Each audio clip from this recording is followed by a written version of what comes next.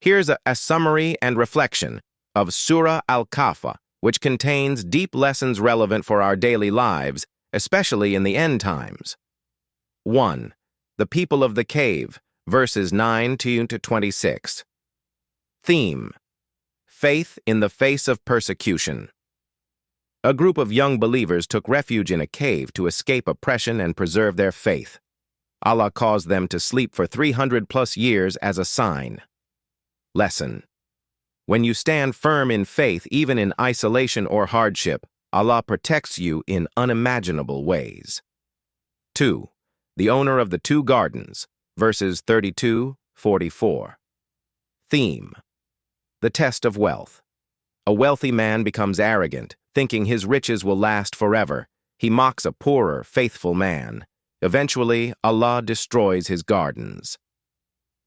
Lesson: Wealth is a test, not a sign of success. Arrogance about material blessings leads to downfall.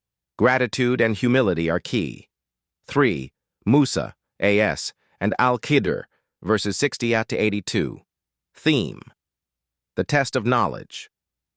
Prophet Musa, A.S., travels to learn from a servant of Allah, Al-Khidr, who performs actions that seem unjust, only to reveal divine wisdom later.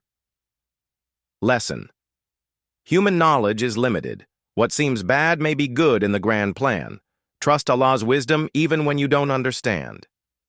4. Dhul-Qarnayn, verses 83-98. Theme: The test of power.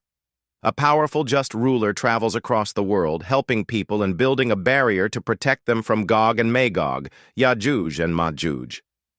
Lesson: True leadership means using power for justice and good. Authority is also a test, not a privilege.